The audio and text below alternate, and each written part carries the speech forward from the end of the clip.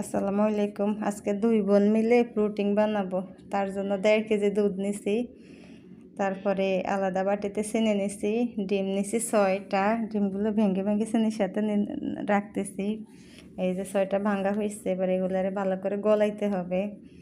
গলাই বোন দেখাই দেখাই দিতেছে আর করতেছি। আসলে আমি তো জানি না প্রথম, সেজন্য কেমন কেমন লাগতেছে। গলানো শেষ, এখান দিয়ে আলাদা একটা কড়াইয়ের মধ্যে ক্যারামেল করার জন্য চিনি দিছি। ক্যারামেলটা হয়ে গেছে, আর যে বাটিতে পুডিং দিব ওই বাটির মধ্যে ঢেলে নিছি। তারপরে দুধগুলোও এখান দিয়ে সিদ্ধ হয়ে গেছে। সিদ্ধ হওয়ার পরে ওই যে ডিম আর দুধ একসাথ করে ফেলবো। এখানে যে একসাথ করে ফেলতেছি, একটু লাটতেছি আর ঢালতেছি। তারপরে ছাঁকনা দিয়ে সেকেও বাটির মধ্যে নিতেছি।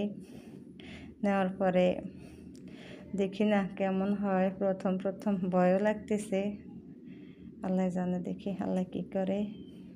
তারপর ঢালা শেষ হয়ে গেছে, এবারে ঢাকনা দিয়ে বসাই দিব। এবার পাতিলের মধ্যে পানি দিছি, পানি দিয়ে পানির বলক আসলে বাটিটা বসাই দেবো। যে বলক চলে আসছে, এখন বাটিটা বসাই দিচ্ছি।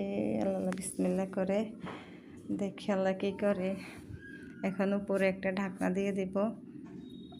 এই যে ঢাকনা দিছি, ঢাকনা কিছুক্ষণ রাখার পরে এখন দেখতেছি মানে হয়েছে কিনা। এখন ভাবতেছি, মনে হইতেছে হয়েছে, তো দেখতেছি আর কি ভালোভাবে হয়েছে কিনা। হ্যাঁ হয়েছে, দেখি।